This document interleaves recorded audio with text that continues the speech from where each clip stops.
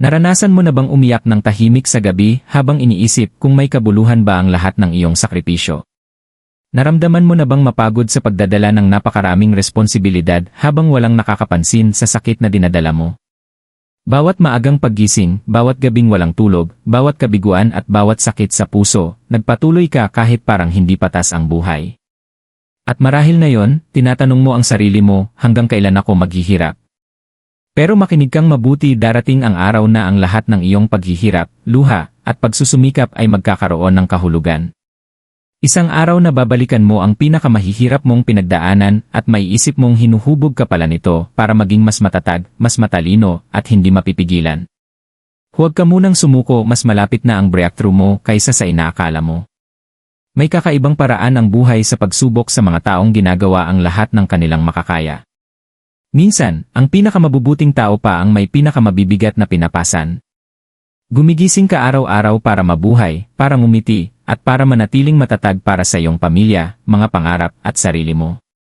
Pero sa kaibuturan mo, may mga sandaling napapagod ka sa paghihintay, sa pakikipaglaban, at sa pag-asang balang araw ay gaganda rin ang lahat. Maraming tao sa paligid mo ang maaaring hindi maintindihan ang mga laban mo sa buhay. Nakikita lang nila ang ngiti mo, pero hindi nila nakikita ang stress, pressure, at mga tahimik na luha na itinatago mo gabi-gabi. Ngunit sa kabila ng lahat, patuloy ka pa ring lumalaban at umaabante. Bakit?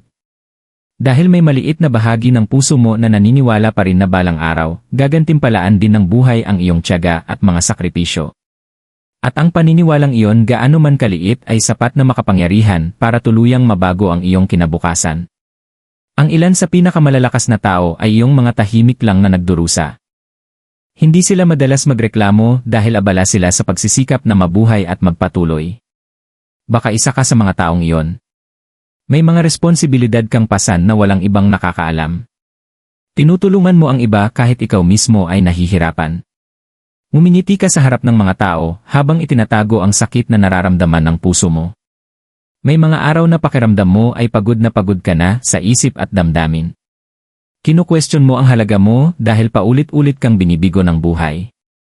Nakikita mong umaasenso ang ibang tao habang pakiramdam mo ay naiwan ka sa parehong sitwasyon. Minsan naiisip mo pa kung sapat ba talaga ang lahat ng pagsisikap mo. Pero ito ang katotohanang madalas nakakalimutan ng marami, hindi laging mabilis ang tagumpay. May mga paglalakbay na mas matagal dahil inihahanda ka nito para sa mas malaking bagay. Ang diamante ay nabubuo sa matinding pressure. Ang matitibay na tao ay nahuhubog sa mahihirap na panahon. Bawat pagsubok na kinakaharap mo ngayon ay may itinuturo sa iyo na mahalagang aral. Ang mga paghihirap mo ay nagtuturo ng tiyaga. Ang mga kabiguan mo ay nagbibigay ng karunungan. At ang sakit na nararamdaman mo ay bumubuo ng lakas sa loob mo. Darating ang araw na marirealize mo na ang mga panahong pinakaayaw mo pala ang siyang tuluyang nagbago ng buhay mo. Hindi ka pinarurusahan ng buhay. Inihahanda ka nito. At kahit walang nakakapansin sa mga sakripisyo mo ngayon, huwag mong isipin na wala itong halaga. May paraan ang universe para gantimpalaan ang mga taong patuloy na lumalaban kahit masakit na ang buhay.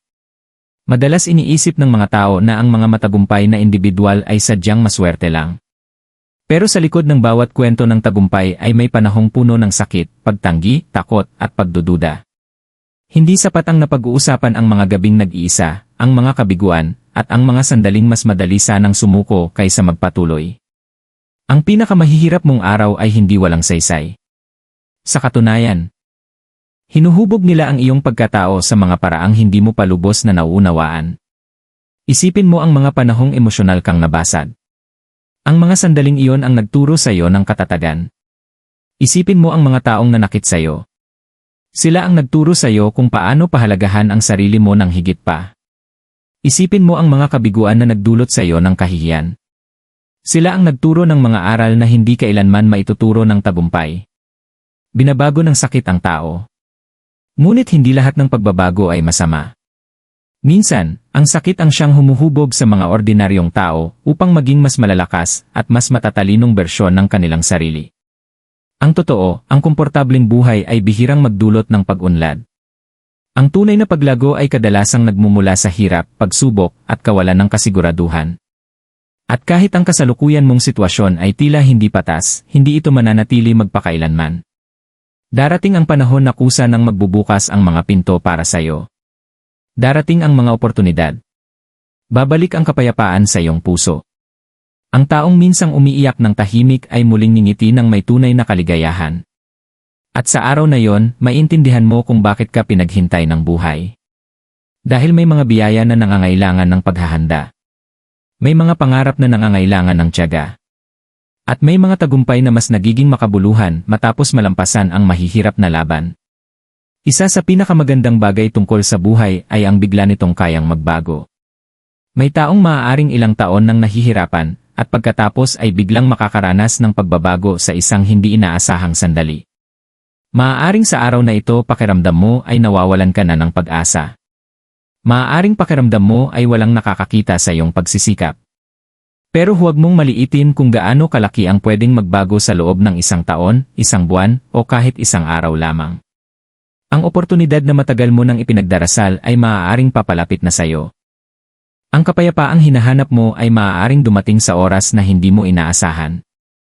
Minsan nananatiling tahimik ang buhay dahil may inihahanda itong mas malaking bagay sa likod ng mga eksena.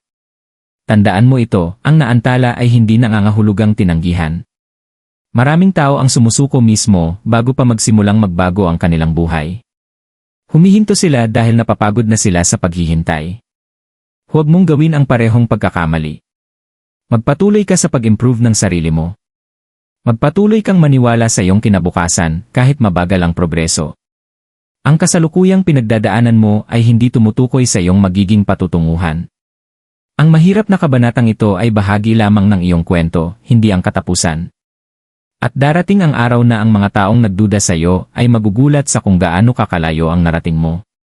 Ang mga luhang tinago mo sa dilim ay magiging luha ng saya. Ang sakit na nalampasan mo ay magiging patunay ng iyong lakas. Maaaring hindi mo pa ito nakikita ngayon, pero ang iyong future self ay magpapasalamat sa iyo dahil hindi ka sumuko sa pinakamahihirap na sandali ng iyong buhay. Kung pagod ka ngayon, para sa iyo ang mensaheng ito, ipagpatuloy mo lang. Hindi pa tapos ang kwento mo. Ang sakit na nararamdaman mo ngayon ay pansamantala lamang, pero ang lakas na makukuha mo mula sa pag-survive dito ay mananatili habang buhay. May pag-asa pa para sa mga pangarap mo. May liwanag pa na naghihintay sa iyo pagkatapos ng madilim na panahong ito. Mas malakas ka kaysa sa iniisip mo. Nakalampas ka na sa mga araw na dati ay akala mong imposible. Nagpatuloy kang lumaban kahit mabigat ang iyong puso. Sapat na yon bilang patunay na kaya mong malagpasan ang kabanatang ito ng iyong buhay. At darating ang araw na ang lahat ay magkakaroon ng kahulugan. Babalikan mo ang mga pagsubok mo at maiintindihan mo na inihahanda ka pala nito para sa mga biyayang matagal mo nang ipinagdarasal. Ang mga gabing walang tulog, ang mga sakripisyo, ang mga kabiguan, hindi sila nasayang. Bahagi sila ng iyong pagbabago. Kaya huwag mong mawala ang tiwala sa sarili mo ngayon. Darating ang tamang panahon mo. Darating ang breakthrough mo. Darating ang kaligayahan mo. Darating ang araw na magiging sulit ang lahat ng pagod mo. At sa oras na yon, maintindihan mo na ang bawat luha, bawat sakripisyo, at bawat masakit na aral ay may kabuluhan pala. Kaya magpatuloy ka lang maniwala. Magpatuloy kang lumaban. At huwag tumigil sa pag-usad.